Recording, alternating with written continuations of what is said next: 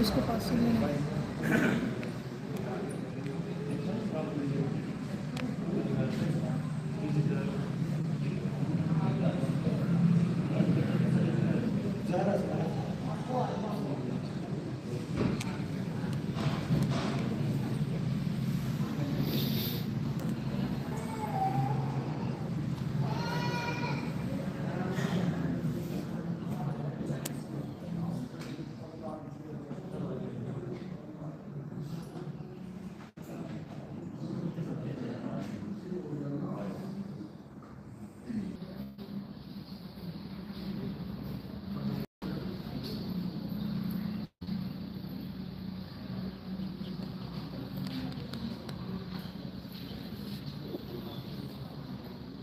परमात्मा की जय, बोल बंदी छोड़ पीर साहेब की जय, बोल सतगुरु दिल साहेब की जय। सारे बंदी सतनाम। तो आज परमात्मा की अपार कृपा से, बंदी छोड़ की दया से महेंद्रगढ़ में ये सत्संग आयोजित किया गया है। बहुत बड़े भाग होते हैं उन जीवों के जो अपने पूरे जीवन काल में एक बार भी इस मूल ज्ञान को सुन पाते हैं, और उससे भी बड़े भाग होते हैं उन जीवों के जो इस मूल ज्ञान को थोड़ा सा भी समझ पाते हैं। क्योंकि सुनना आसान है, घंटा 2 घंटा बैठ के सुन के चले गए, लेकिन क्या बताया गया इस 1 घंटे में, क्या समझाया गया, क्या बात चल रही थी, ये समझना बहुत मुश्किल है। ये केवल उसकी समझ में आता है जिस पर परमात्मा की कृपा हो गई हो, जिस पर मालिक की दया हो गई, जिस पर बंदी छोड़ की मेहर हो गई हो, केवल उसी को समझ में आता है। नहीं तो सारा जीवन भी सत्संग सुनते रह जाओगे, समझ में ही नहीं आएगा बताया क्या जा रहा है। इसीलिए कबीर साहब ने कहा, लाखन में कोई समझ न पई है और कोटि मध्य जानेंगे, कहे कबीर सुनो भाई साधो, हमें बिरले हंस पहचानेंगे। कहते हैं 1 लाख आदमियों को अगर सत्संग सुना दिया जाए, उनको पता नहीं लगेगा बात जा कहां रही है। 1 करोड़ आदमियों को सत्संग सुनाया जाए तो कहते हैं उसमें से कोई बिरले 20, 25, 50, 100 बंदे जानेंगे। ये ऐसा सत्संग है। तो आज अरदास करेंगे मालिक से कि जिसको भी ये सत्संग प्राप्त हो रहा है, स्पीकर के द्वारा, यूट्यूब के द्वारा, लाइव के द्वारा, उस पर परमात्मा की कृपा हो और वो इस सत्संग को अच्छे से समझ पाए। ये अरदास करेंगे मालिक से, और इसी अरदास के साथ सत्संग शुरू करेंगे। सत्संग शुरू करने से पहले परमात्मा के नाम पे जयकारा लगाएंगे और फिर सत्संग शुरू करेंगे। बोलिए परमपिता परमात्मा की जय, सतगुरु बंदी छोड़ कबीर साहिब की जय, सभी संतों की जय, सभी भक्तों की जय, सतगुरु मदनपति साहिब की जय, जौहरपति साहिब की, सतगुरु राम सेवक साहिब की, सतगुरु वरापति साहिब की, कलिकापुर धाम की, सभी संतों की, भंडार में आए सभी भक्तों की, इनके माता पिता, इनके गुरुदेव की, इस गांव नगर बस्ती की, आज के आनंद की, सकल हंस को बंदगी साहेब बंदगी सतनाम सतनाम। तो कबीर साहब इस धरातल पे आते हैं क्या करने के लिए? हमें इस भाव बंधन से मुक्त करवाने के लिए। कौन सा बंधन है? देह का बंधन। ये जो शरीरों का बंधन लगा दिया है हमने, शरीरों के साथ हम जुड़ के बैठ गए हैं। इस जड़ और चेतन के बंधन को, जड़ और चेतन की ग्रंथि को खोलने के लिए, कैसे खुलेगी समझाने के लिए कबीर साहब इस मृत्यु लोक में आते हैं। लेकिन ये जीव जो अपने आप को शरीर मान बैठा है, ये जीव कबीर साहब को भी शरीर मान बैठता है। ये कबीर साहब को भी दाढ़ी वाले, बालों वाले, टोपी वाले ऐसा शरीर मान लेता है और उनके शरीर को ध्यान करता है, उनके शरीर को सत्य समझ लेता है और शरीर से आजाद नहीं हो पाता। कबीर साहब इस संसार में आते हैं हमें समझाने के लिए। हमारे जैसे ही एक शरीर का वो निर्माण कर लेते हैं। हमारे शरीर जिसे 5 तत्वों के द्वारा बनाया जाता है, का शरीर जो 3 पुंज के द्वारा बनता है, इन दोनों में जमीन होता है। हमारा शरीर मां के गर्भ में पैदा होता है, ये 5 तत्व वहीं पे मिलते हैं। लेकिन कबीर साहब का शरीर ये 5 तत्वों का नहीं बनता है और ना ही कबीर साहब गर्भ के मार्ग से आते हैं। वाणी में कहते हैं, संतो अविगत से चला आया, कोई मेरा भेद मरम ना पाया, ना हम लीना गर्भ बसेरा, बालक होए दिखलाया। यानी तुम्हें दिखला रहा हूं मैं बालक होके, उसके बाद जवान होके दिखला दूंगा, उसके बाद बुढ़ापा भी दिखला दूंगा। आज कबीर साहब की जितनी भी फोटो मिलती है मार्केट में, देख लेना, सफेद दाढ़ी सफेद बाल टोपी वाली फोटो मिलेगी। अब सफेद दाढ़ी सफेद बाल किसको प्रदर्शित कर रहा है? क्या बताने की कोशिश कर रहा है? सफेद दाढ़ी और सफेद बाल किसके होते हैं? बूढ़ों के। यानी कबीर साहब बूढ़े हो गए। अब जो बूढ़ा हो जाता है वो एक दिन मर भी जाता है, नियम है प्रकृति का। बच्चे से जवान हो गए, जवान से बूढ़े हो गए, तो बूढ़े से क्या हो गया? आगे मरोगे। लेकिन कबीर साहब की ऐसी देह नहीं है जो मर जाए। हाँ, वो उनके इशारों में काम जरूर कर रही है। उसको प्रकृति के साथ मैच तो करा दिया उन्होंने। पहले बच्चा बन के दिखा दिया, फिर जवान होकर दिखा दिया, फिर बुढ़ापे का सीन दिखा दिया। लेकिन कोई कहे कि वो शरीर मर जाएगा तो नहीं मरेगा। वो शरीर गुप्त और प्रकट होता है। इसीलिए कबीर साहब के दिवस को, इस दुनिया में आने के दिवस को कबीर प्रकट दिवस कहते हैं, क्योंकि इस दिन कबीर साहब प्रकट हुए। अब जो प्रकट होता है वो कभी मरता नहीं है। प्रकट होता है तो वो जाके गुप्त हो जाता है। तो कबीर साहब की जो दुनिया को छोड़ने वाली स्थली है उसको गुप्त स्थली कहते हैं। ये कहां पे है? मगहर में। कबीर साहब इस संसार को जब छोड़ के गए 120 साल बाद, तो उस स्थान को क्या बोला जाता है? मगहर में गुप्त स्थली। यानी कबीर साहब वहां पे गुप्त हो गए। हिंदू मुसलमान दोनों उनके शिष्य थे। 60,000 चेले आए वहां पे। कौन? बिजली खान पठान और राजा बघेल के सारे सैनिक, क्योंकि दोनों राजा उनके चेले थे। तो वहां इसलिए पहुंचे कि गुरु जी शरीर छोड़ेंगे, यानी मृत्यु होगी, तो हम गुरु जी के शरीर की समाधि बना देंगे। हिंदू वाले सोच रहे थे, राजा बघेल वाले, और मुस्लिम बिजली खान पठान वो सोच रहा था कि हम इनका मजार बना देंगे। कबीर साहब ने देखा तो तलवारें खिंच गई, भाई ये तो यहां झगड़ा ही पड़ गया। तो क्या हुआ, उन्होंने कहा ठीक है मैं अंदर जा रहा हूं, थोड़ी देर बाद अंदर आ जाना और जो करना है कर लेना मेरी लाश से।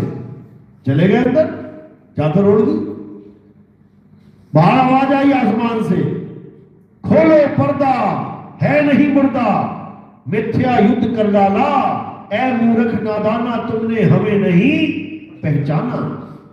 जब इतनी आवाज आई तो दोनों भागे अंदर। जब अंदर जाके देखा तो चादर तान के लेटे हुए कबीर साहब। दोनों ने पकड़ के चादर हटाई तो वहां पर क्या मिला, फूल मिले। जब फूल मिले अब क्या करें, अब कौन उसको दफनाए और कौन उसको समाधि में लगाए। तो क्या किया, दोनों को आधा आधा कर दिया। दोनों राजाओं ने उन फूलों को आधा आधा कर दिया और उसी स्थान पे मजार भी बनी है और उसी स्थान पे समाधि भी बनी है, लेकिन लाश नहीं है। लाश वाला खेल खत्म, गुप्त हो गए वहां से, आज भी वहां पे है। तो कबीर साहब के आने का मकसद है हमें केवल ज्ञान समझाना, अपनी काया के पीछे हमें मोहित करना नहीं कि हम काया के पीछे दीवाने हो जाए। काया के पीछे तो दुनिया वैसे ही दीवानी है। राम जी की काया की पूजा चल रही है, कृष्ण जी की काया की पूजा चल रही है, माता दुर्गा की काया की पूजा चल रही है, भोले शंकर की, पार्वती की काया की पूजा चल रही है। अब बीच में कबीर साहब की भी काया की पूजा चल पड़े तो काया और काया में फर्क क्या है? दोनों ही काया है, दोनों ही देह है। और हमें मुक्ति किससे चाहिए? देह से ही मुक्ति चाहिए। मुक्ति किसे कहते हैं? मुक्ति कहते हैं जब तुम देह छोड़ने के बाद दोबारा देह ना धारण करो तो समझो कि तुम देह से मुक्त हो गए हो। लेकिन ऐसा हो नहीं सकता। क्यों? क्योंकि जब तुम्हारी देह छूटने वाली होती है तो क्या होता है, ये मन बड़ा चंचल हो जाता है। ये मन ऐसा विचलित कर देता है कि बस मुझे जीना है, कोई मिल जाए जो मुझे जीवन दान दे दे, मैं और जीना चाहता हूं। क्यों? क्योंकि तुम्हारी किस्मत में मौत लिखी ही नहीं है। तुम जीव हो, तुम्हारा गुण जीना है, तुम अविनाशी हो, तुम कभी नाश नहीं हो सकते। ईश्वर अंश जीव अविनाशी, यानी ये जीव अविनाशी है और इसका गुण है जिंदा रहना। लेकिन जब इसको दिमाग में डाल दिया जाता है, इसको भ्रमित कर दिया जाता है कि तू मरेगा मरेगा मरेगा, तो ये इसको हजम नहीं होता, ये हजम नहीं होता मरना। ये फिर कहता है नहीं मैं जीऊंगा, मैं जीना है मुझे। और जैसे ही शरीर छोड़ता है उसी वक्त ये बीज डल जाता है, ये बीज डाल देता है मुझे जीना है। मरता मरता भी भगवान से अरदास कर रहा है, भगवान मुझे जीवन दान दो, मुझे जीना है। असल में वो जीना किसको मान बैठा है कि शरीर में रहना इज इक्वल टू जीना और शरीर को छोड़ देना इज इक्वल टू मरना। वो ये सोच बैठा है कि मैं शरीर के साथ रहूंगा तो मैं जीवित हूं, और अगर मैंने शरीर छोड़ दिया तो मैं मर जाऊंगा। बस यही अज्ञान है, यही अज्ञान है, यही दिमाग से निकालना है। केवल शरीर के साथ रहने को ये जीना मान बैठा है कि देखो मैं जिंदा हूं, हाथ हिल रहा है मैं जिंदा हूं, सांस चल रही है मैं जिंदा हूं, दिल धड़क रहा है मैं जिंदा हूं। अरे तेरी वजह से शरीर जिंदा है, तू तो अमर है। तेरी वजह से ये मुर्दा शरीर जिंदा हुआ बैठा है, तभी तो हाथ चल रहा है। और जब तू छोड़ देगा हाथ चल के दिखाए। तू शरीर में है इसलिए जुबान चल रही है, तू शरीर छोड़ देगा जुबान चल के दिखाए। तू शरीर में है तो हाथ पैर चल रहे हैं, शरीर छोड़ देगा हाथ पैर चल के दिखाए। तू केवल शरीर को पकड़ रहा है छोड़ रहा है, पकड़ रहा है छोड़ रहा है, मर नहीं रहा। पकड़ा छोड़ा, पकड़ा छोड़ा, मर नहीं गया। मरा कौन? जिसको पकड़ रहा है और जिसको छोड़ रहा है वो मर रहा है। लेकिन ये बात किसी के समझ में आती नहीं है, ये किसी के समझ में नहीं आती। ये केवल उसकी समझ में आती है जिस पर परमात्मा की दया हो जाए, उसको बड़े अच्छे से समझ में आएगी। और जिस पर मालिक की दया नहीं है वो बेचारा ऐसे ही जीवन बर्बाद करके चला जाता है। किन चक्करों में? मंत्र जंतर तंत्र, पूजा पाठ, हवन, यज्ञ, नमाजे, कुराने, जो उसको मिल रहा है, अरदासें, प्रेयर कर रहा है, मंदिर मस्जिद गुरुद्वारे चर्च जा रहा है, सब कुछ करता जा रहा है, सब कुछ करता जा रहा है, लेकिन अपने आत्म स्वरूप को नहीं जान पा रहा है, अपने आप को नहीं जान पा रहा है, अपने आप को नहीं समझ पा रहा है कि मैं अमर हूं। अगर ये अपने आप को जान जाए कि मैं अमर हूं, बताओ अब इसे क्या चाहिए? इसे कौन सा मंदिर चाहिए? मंदिर तो इंसान ने बनाया, ढह जाएगा। अभी भूकंप आए, बड़े से मंदिर बड़े से बड़ा गिर जाएगा, मंदिर टूट जाएगा, मस्जिद टूट जाएगी, चर्च टूट जाएगी, गुरुद्वारे टूट जाएंगे, लेकिन ये नहीं टूटेगा। ये अविनाशी है, इसको कोई नहीं तोड़ सकता, इसको कोई नहीं मार सकता, अविनाशी है ये। लेकिन खुद को जानता नहीं है और नाशवान चीजों के पीछे पड़ा है, पीपल की पूजा कर रहा है। आज पीपल है, कल को नहीं है। आया तूफान, गिर गया पीपल, किसी ने काट दिया। आज तुलसी की पूजा कर रहा है, कल को सूख गई। जो पूजा कर रहा है वो अमर है, और जिसकी पूजा कर रहा है वो सूख रही है, मर रही है। यानी अविनाशी नाशवान तत्वों की पूजा में लगा हुआ है।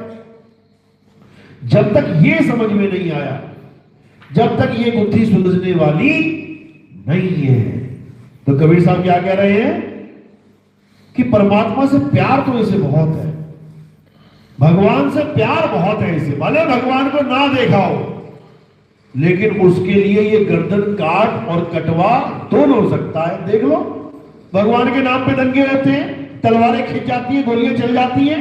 दोनों पक्षों को पकड़ के अगर पूछ लिया जाए, हाँ भाई तू भगवान के नाम पे लड़ रहा है, तूने भगवान देखा क्या? नहीं देखा तो नहीं। तू अल्लाह के नाम पे लड़ रहा है, तूने अल्लाह देखा क्या? नहीं देखा तो नहीं। तो लड़ क्यों रहे भाई? राम वाले ने राम को नहीं देखा, अल्लाह वाले ने अल्लाह को नहीं देखा, वाहेगुरु वाले ने वाहेगुरु को नहीं देखा, गॉड वाले ने गॉड को नहीं देखा। केवल लड़ाई किस बात की है? अक्षरों की, मात्र अक्षरों की। कैसे? राम वाले रा और मां अक्षर को पकड़ के बैठ गए, अल्लाह वाले अल्लाह इस अक्षर को पकड़ के बैठ गए, वाहेगुरु वाले वाहेगुरु इसको पकड़ के बैठ गए, और गॉड वाले गॉड इसको पकड़ के बैठ गए। यानी सब अपने अपने अक्षरों को पकड़ के बैठ गए। अब अपने अपने अक्षरों के बने नाम को बड़ा करने में लगे हैं। अल्लाह अकबर छोटा है, राम बड़ा है, गॉड छोटा है, वाहेगुरु बड़ा है। देखा देखा किसी ने कुछ भी नहीं है, जानते कुछ भी नहीं है। कौन है अल्लाह, कौन है वाहेगुरु, कौन है गॉड, कौन है राम, कुछ नहीं जान रहे। लेकिन नामों से ऐसी प्रीत लग गई है कि छूटने का नाम नहीं ले रही है। अब ये कौन है? ये ऐसे समझो कि एक पानी जो ग्लास में पड़ा है, कौन सा तत्व है ये? पानी। किससे बनता है? H2O, हाइड्रोजन के 2 बॉन्ड, ऑक्सीजन का 1। जब ये मिल जाते हैं तो बन जाता है H2O यानी पानी। अब H2O तत्व है और पानी नाम है, दो चीजें आ गई। एक है H2O जो तत्व है, और एक इसका नाम रख दिया पानी। तो जो तत्व ज्ञान है ये पूरे संसार में एक है, और जो नाम ज्ञान है ये हर जगह बदला हुआ है। इस ग्लास को ले जाके, पानी को ले जाके तुम कहीं भी टेस्ट करवा लो, किसी भी साइंटिस्ट के पास चले जाओ, पूछो ये क्या है, वो क्या कहेगा? H2O, H2O, H2O। हर देश में तुम्हें एक ही आवाज आएगी, H2O। लेकिन इसका नाम अलग अलग रख दिया गया है। कोई इसको कह रहा है जल, कोई कह रहा है वाटर, कोई कह रहा है पानी, कोई कह रहा है नीर, कोई कह रहा है तोय। यानी तत्व है H2O, लेकिन इसके नाम तमाम रख दिए गए हैं। इसी प्रकार राम का नाम तो सब जानते हैं, अल्लाह का नाम तो सब जान रहे हैं, वाहिगुरु का नाम तो जान रहे हैं, गॉड का नाम तो जान रहे हैं, लेकिन वो तत्व क्या है उसको नहीं जान रहे। इसीलिए गीता में तत्व ज्ञान दिया जाता है। तत्व ज्ञान, उसमें ये नहीं कहा जाता कि इस भगवान की पूजा कर ले, उस भगवान की पूजा कर ले, बिल्कुल नहीं। गीता पढ़ो, समझ में आएगी। अध्याय 2 पढ़ो, क्या बोल रहे हैं? हे अर्जुन, इस दुनिया में 2 प्रकार के तत्व हैं। कौन कौन से? एक असत्य और एक सत्य। असत्य क्या है? जो दिखाई देता है, जो जन्मता और मरता है, जो पल पल बदलता है, जो सदा एक सा नहीं रहता, वो असत्य तत्व है। असत्य यानी इस संसार में जो कुछ भी तुम्हें दिखाई दे रहा है, A to Z, जो जन्मता और मरता दिखाई दे रहा है, A to Z, जो बनता और बिगड़ता दिखाई दे रहा है, A to Z, ये सब असत्य है। असत्य क्या बन रहा है, क्या बिगड़ रहा है? ये सारा संसार ही बन रहा और बिगड़ रहा है। ये सारे शरीर बन रहे हैं, बिगड़ रहे हैं। ये सारे मकान बन रहे हैं, बिगड़ रहे हैं। ये सारे मंदिर, मस्जिद, गुरुद्वारे, चर्च रोज बन रहे हैं, बिगड़ रहे हैं। हर चीज बन रही है, बिगड़ रही है। यानी इस संसार में ऐसी कोई भी चीज नहीं जिसको हम ये कह सके कि ये सत्य है। एक भी चीज नहीं है, सब माया है। क्योंकि माया का गुण क्या है? बदलना। इसीलिए वाणियों में क्या बोला? गो गोचर जहां लग मन जाई, तहां लग माया जानो भाई। यानी गो गोचर, जहां तक तुम्हारी दृष्टि जा सकती है, कहीं तक, वो सब माया है। तो गीता में एक प्रकार का तत्व बता दिया, असत्य तत्व। अब दूसरे प्रकार का तत्व क्या है? सत्य तत्व। अब ये क्या है?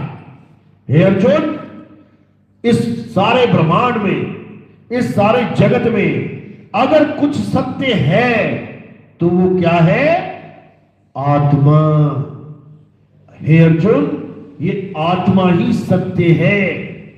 अब ये जो आत्मा सत्य है बोला गया, ये है असली तत्व ज्ञान।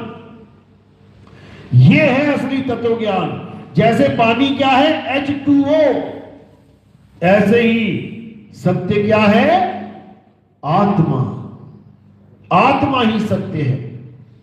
अब इसी आत्मा के सारे नाम हैं।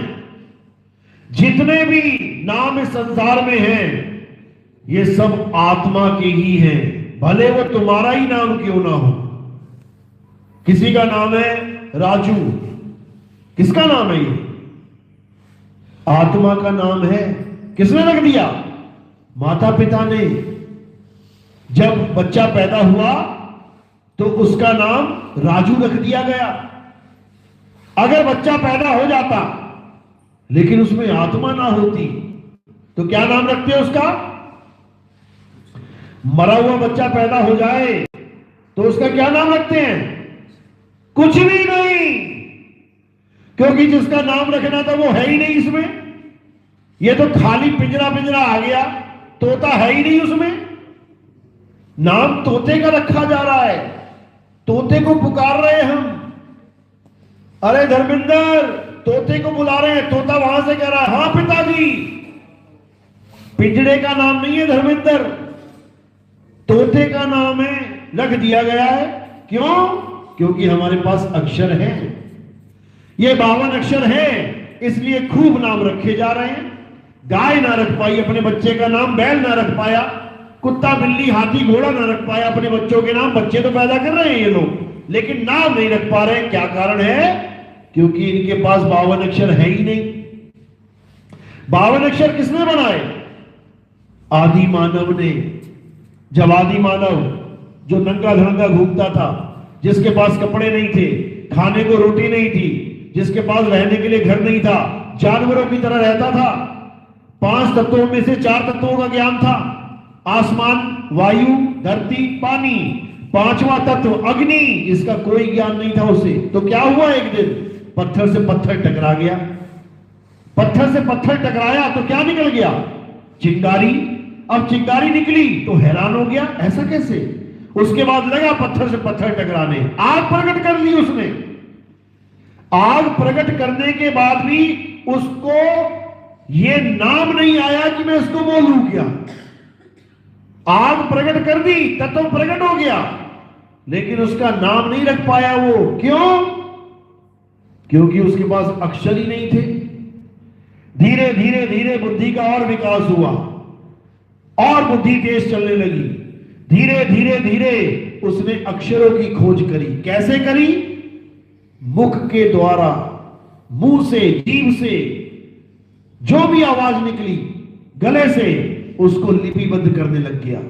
आ ई ऊ का खा गा, अलग अलग आवाजें निकाल के इसने 52 अक्षर पूरे कर दिए। ये हिंदुस्तानी आदि मानव की कहानी है। और अंग्रेज आदि मानव, उसने क्या किया?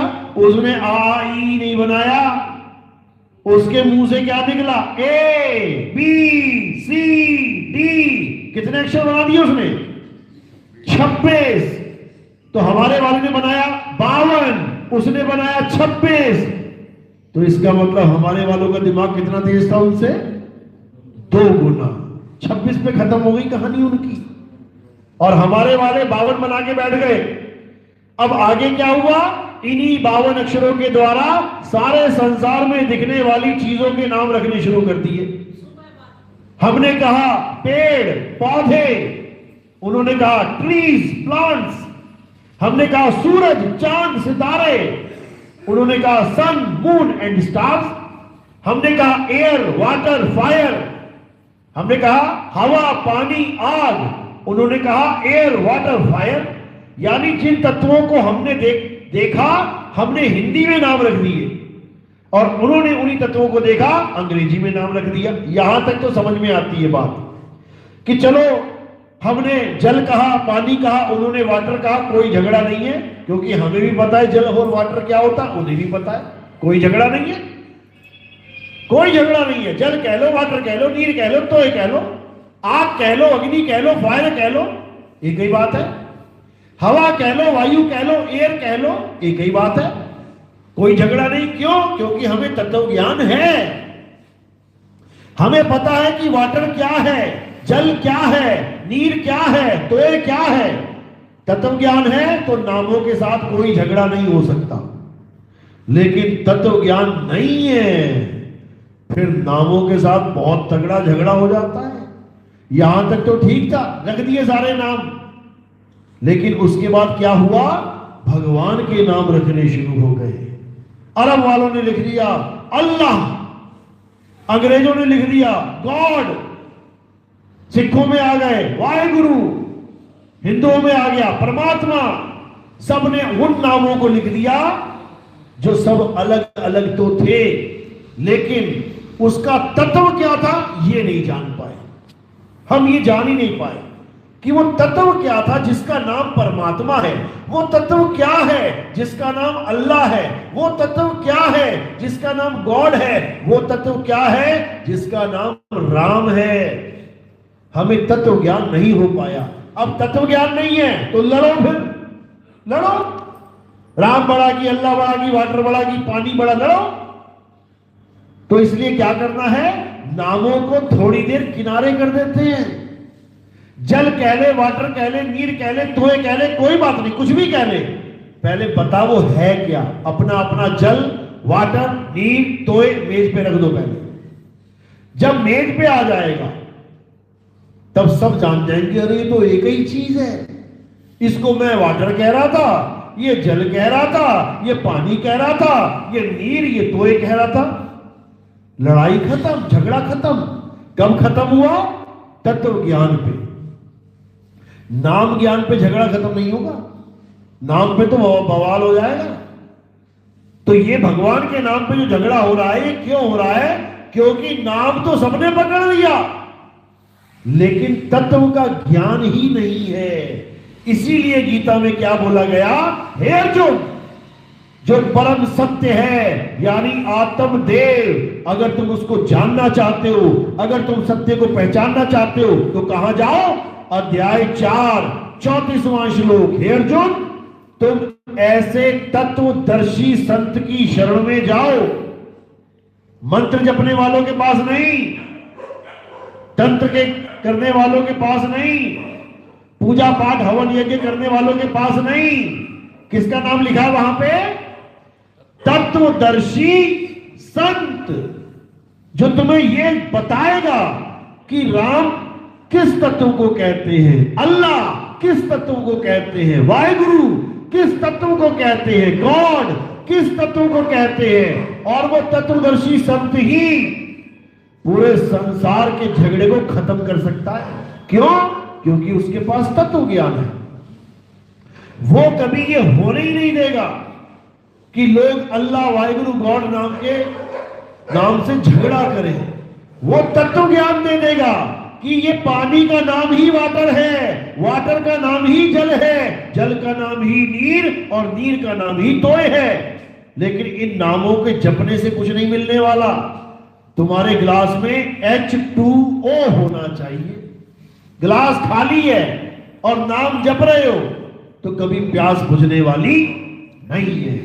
यही कबीर साहब समझा रहे हैं कि 52 अक्षर जो तुमने बना लिए हैं, अब तुम इसके जाल में फंस गए हो।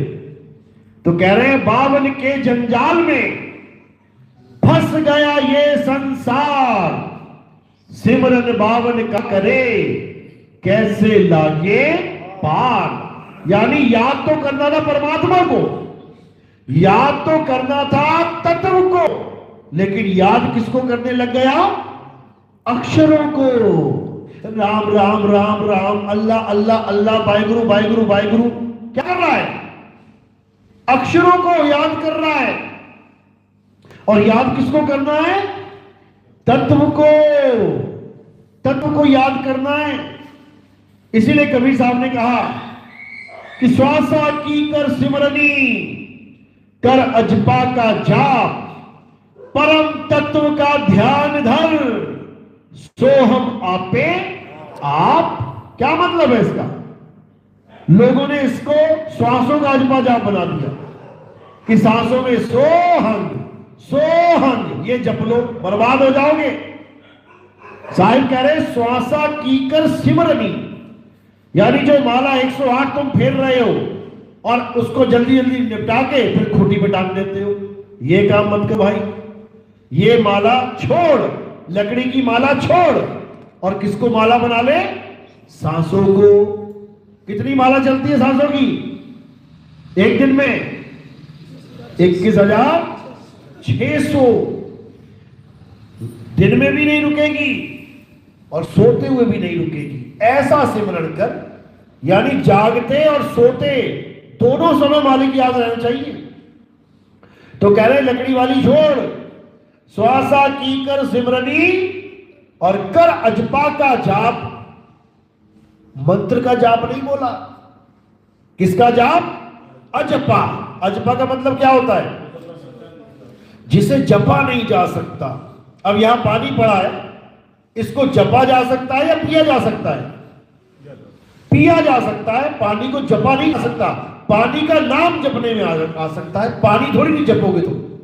पानी तो पीने की चीज है, जपने के तो नाम होते हैं।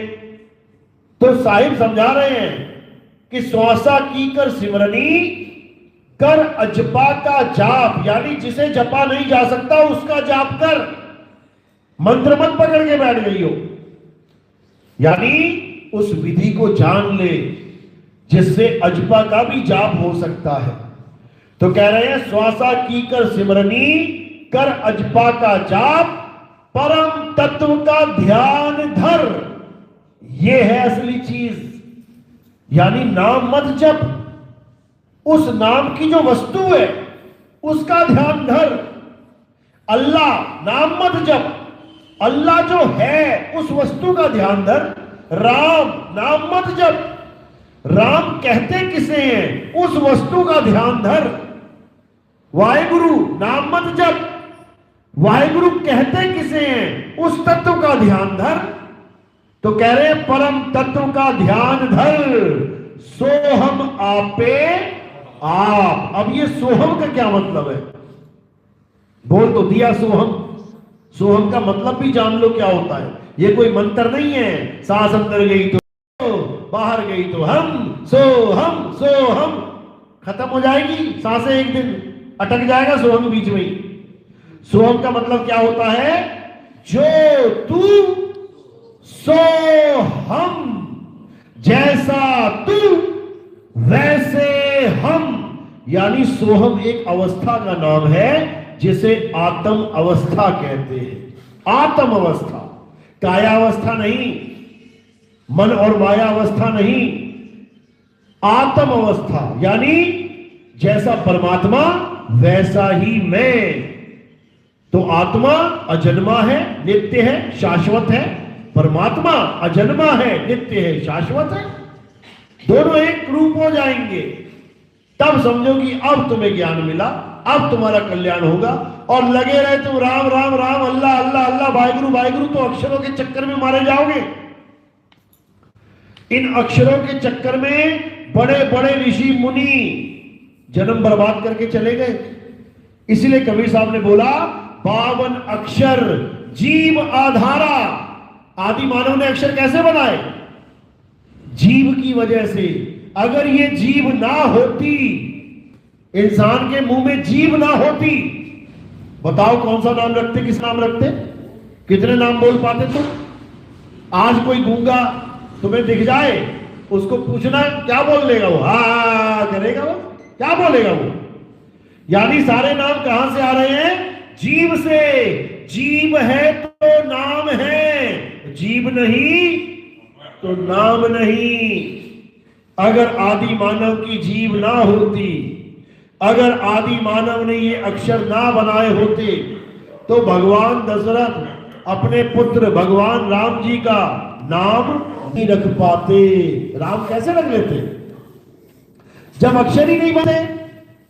का खा गागा नहीं बनता, या रा ला वा शा नहीं बनता, तो रा कहां से आता? पा फा बा भा मा नहीं बनता, तो मां कहां से आता?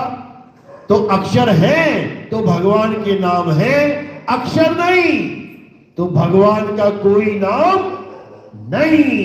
अब अगर भगवान का नाम नहीं तो क्या भगवान भी नहीं? भगवान का नाम नहीं तो भगवान भी नहीं है। अगर आदमी ना होता संसार में, पानी का नाम पानी बोलने वाला कोई ना होता, तो क्या पानी प्यास भी बुझा रहा है? सारे जानवरों की बुझा रहा है। चींटी से लेके हाथी तक सब पानी पी रहे हैं, बिना ये जाने कि इसको पानी कहते हैं, बिना ये जाने कि इसका नाम वाटर है, बिना ये जाने कि इसका नाम जल है, सारे प्यास बुझा रहे हैं। यानी तत्व को नाम से कोई फर्क पड़ता ही नहीं है। नाम तो इंसान ने रख लिए हैं केवल ये बताने के लिए कि मुझे चाहिए क्या। 500 तरह के मसाले हैं, 500 तरह के, काली मिर्च, छोटी मिर्च, बड़ी मिर्च, ये लौंग, ये दुनिया भर। अब तुम्हें एक चीज चाहिए, तुम्हें चाहिए लौंग। अब तुम जाओ दुकान पे और नाम ना रखा होता, अगर लौंग का नाम लौंग ना रखा होता, तुम्हें 2 घंटे लग जाएंगे समझाते समझाते कि चाहिए क्या। तुम्हें अजवाइन चाहिए, लेकिन नाम नहीं रखा अजवाइन उसका किसी ने, तुम पागल हो जाओगे समझा समझा के कि चाहिए क्या तुम्हें। तो कितना आसान हो गया अक्षरों के द्वारा जीवन। फटाक से गए, भैया लौंग देना, भैया इलायची देना, काली मिर्च देना, सारे नाम रख लिए और रटवा दिए सारे सबको। अब जिसको तत्व चाहिए नाम बता, जैसे तुम नाम बोलोगे काली मिर्च, तत्व उठा के लेके आएगा, ये है काली मिर्च। तुम बोलोगे चप्पल, ले ये चप्पल। तुम कहोगे चम्मच, ये है चम्मच। यानी हर नाम का एक तत्व विराजमान है। लेकिन जानवर बिना जाने, बिना पहचाने कि इसका क्या नाम है, वो सीधे तत्व से कांटेक्ट करते हैं। उनको पानी वानी का मतलब नहीं है कि इसको पानी बोलूं कि जल बोलूं कि वाटर बोलूं। वो कहते पी ले इसे, बस गला गीला हो जाएगा। लेकिन इंसान हर चीज का नाम रखने में माहिर है, हर चीज का। अभी बच्चा पैदा भी नहीं हुआ, पहले प्लानिंग चल पड़ेगी। लड़का हुआ तो श्याम रख देंगे और लड़की हुई तो राधा रख देंगे। वाह, क्यों? क्योंकि अक्षर है, और अगर अक्षर ना होते तो फिर कुत्ते बिल्ली हाथी घोड़ी की तरह बच्चे पैदा करके छोड़ देते, कोई नाम ना रखते। फिर तो क्या उनका जीवन नहीं होता क्या? उनका अस्तित्व ना होता क्या? बिल्कुल होता। जैसे एक कुतिया के 10 बच्चे हुए तो क्या उनका अस्तित्व नहीं है? बिल्कुल है। उसके साथ प्यार नहीं है? बिल्कुल है। क्या पेट नहीं भर रहे? बिल्कुल भर रहे हैं, बस नाम नहीं है, केवल नाम नहीं है। इसी प्रकार अगर ये नाम ना होते तो क्या राम जी नहीं आते? आते, लेकिन राम नाम नहीं होता उनका, क्यों? अक्षर ही नहीं है। कृष्ण जी नहीं आते क्या? आते, लेकिन नाम नहीं होता कृष्ण। जैसे मछली बन के भी आए थे, पहला अवतार क्या है? मछली बन के आए थे, मत्स्य अवतार। बताओ क्या नाम है उसका? मत्स्य तो मछली को कहते हैं। अब मछली का नाम भी तो बताओ ना कोई। तुमने गाय रखी है, गाय का नाम रख लेते हो। कुत्ता रखा है घर में, कुत्ते का नाम रख लेते हो। बताओ उस मछली का क्या नाम था? उसके बाद कुरुम अवतार, कुरुम तो कछुए को कहते हैं, उसका नाम बताओ क्या था? कछुए, तुमने 10 कछुए रख लिए, 10 के नाम अलग अलग रखोगे, उसका कछुए का क्या नाम था जो उन्होंने अवतार धारण किया? कुछ नहीं आता पता। तो सारा खेल किसका है? 52 अक्षरों का। तो कबीर साहब समझा रहे हैं कि 52 अक्षर जीव आधारा, आदि अक्षर जीभ्या से न्यारा, वाही को सत सिमरन कहिए, सिमर सिमर नर उतरो पारा। यानी पार उतरना है तो ये 52 अक्षर छोड़ दे, राम राम जपना छोड़ दे, अल्लाह अल्लाह जपना छोड़ दे, वाहिगुरु वाहिगुरु जपना छोड़ दे, गॉड गॉड जपना छोड़ दे। कबीर बनती है तो कबीर कबीर जपना छोड़ दे, और क्या करे? अपनी आत्मा को जान ले। क्यों? हे अर्जुन, ये आत्मा ही परम तत्व परम सत्य है। जो अपनी आत्मा में रमण करते हैं, अध्याय 3 17वां श्लोक पढ़ लेना। क्या है? सबके पास मोबाइल है, टाइप करो अध्याय 3 17वां श्लोक। क्या कह रही है गीता? ये नहीं कह रही है गीता कि मंदिर जा, मस्जिद जा, गुरुद्वारे जा, नाम जप। गीता कह रही है, हे अर्जुन, जो अपनी आत्मा में रमण करते हैं, जो अपनी आत्मा में तृप्त हैं, जो अपनी आत्मा में संतुष्ट हैं, उनके लिए कोई धार्मिक कर्म कर्तव्य लागू ही नहीं होता। कोई कर्तव्य लागू नहीं है। लागू क्या होता है? कानून लागू होता है। हम जो भी पूजा पाठ करते हैं वो एक विधि विधान के द्वारा होता है। हवन यज्ञ भी करेंगे पूरे विधि विधान के द्वारा, आरती भी गाएंगे विधि विधान के द्वारा, किसी देवता की पूजा करेंगे विधि विधान के द्वारा। ये विधि विधान ही धार्मिक कर्म कर्तव्य है। लेकिन ये किस पे लागू होता है? जो आत्मा के ज्ञान को नहीं जानते, जो आत्मा को जानते तक नहीं है, वो सारी उम्र करें, करते रहे। लेकिन जब उनके जीवन में गुरु आ गया, जब उनके जीवन में आत्मज्ञानी आ गया, और जब वो आत्मा का पाठ पढ़ाना शुरू कर दे, और अगर तुम्हारे अंदर जिज्ञासा बन जाए कि मुझे भी आत्मा का ज्ञान चाहिए, उस जीव के ऊपर कोई धार्मिक कर्म कर्तव्य लागू ही नहीं होता। उसको आजाद कर दिया जाता है। जा, तू आत्मा को जान ले, छोड़ दे ये पूजा पाठ हवन यज्ञ, छोड़ इसको। ये बच्चों की पढ़ाई है, अब तू आगे की पढ़ाई पढ़। आत्मज्ञानी बन, जपी तपी सन्यासी नहीं बन चुका जो बनना था। खूब जप लिया नाम, अब नाम जप नहीं, अब